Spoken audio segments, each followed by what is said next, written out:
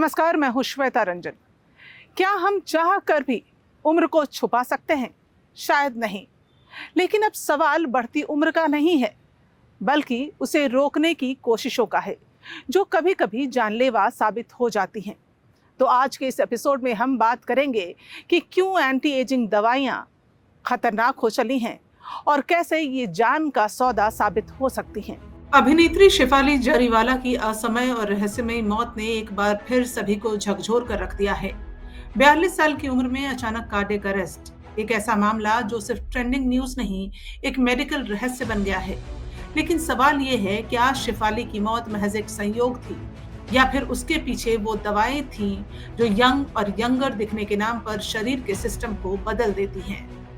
बाजार में मिलने वाली एंटी एजिंग दवाएं और इंजेक्शन आमतौर पर कोलेजन को बढ़ाने, झुर्रियों को कम करने और चेहरे की त्वचा को टाइट रखने के लिए दी जाती हैं।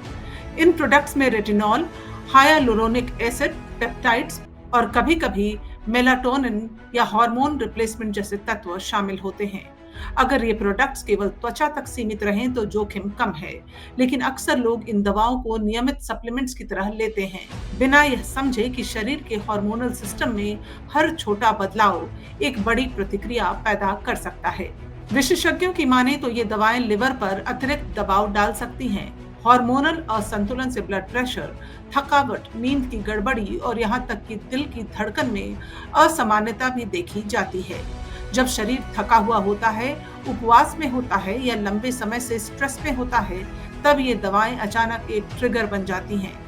मेडिकल रिसर्च कहती है 2023 की एक इंटरनेशनल स्टडी के मुताबिक 35 से 50 वर्ष की उम्र की महिलाओं में hormone based anti ageing therapy लेने वालों में कार्डियक रिदम डिस्टर्बेंस यानी दिल की धड़कन की अनियमितता का खतरा सामान्य से 3 गुना अधिक देखा जाता है।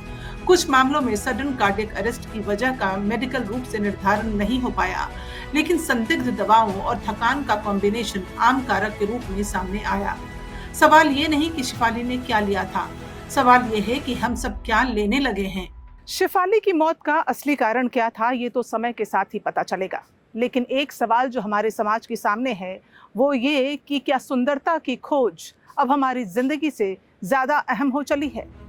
आज सोशल मीडिया पर एक चमकता चेहरा आदर्श बन चुका है। जवान दिखने की होड़, स्किन टाइटनिंग, फेशियल स्ट्रक्चर में बदलाव, फिलर्स, बोटॉक्स, ये सब आम शब्द बन चुके हैं। लेकिन इन शब्दों के पीछे बॉडी की केमिस्ट्री से जो खिलवाड़ हो रहा है, वह शायद हमारी आंखों से बच रहा है।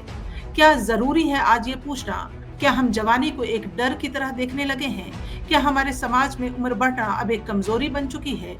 और सबसे जरूरी, क्या हम अपने शरीर के साथ एक खतरनाक प्रयोग कर रहे हैं, सिर्फ इंस्टाग्राम पर अच्छा दिखने के लिए? टीवी पर दिखने वाले चेहरे, इंस्टाग्राम पर चमकती तस्वीरें और जवां दिखने की रेस, क्या इन सब के पीछे बहुत ही गहरा अंधेरा है? जाते जाते ये सवाल आप सबके लिए सोचिएगा।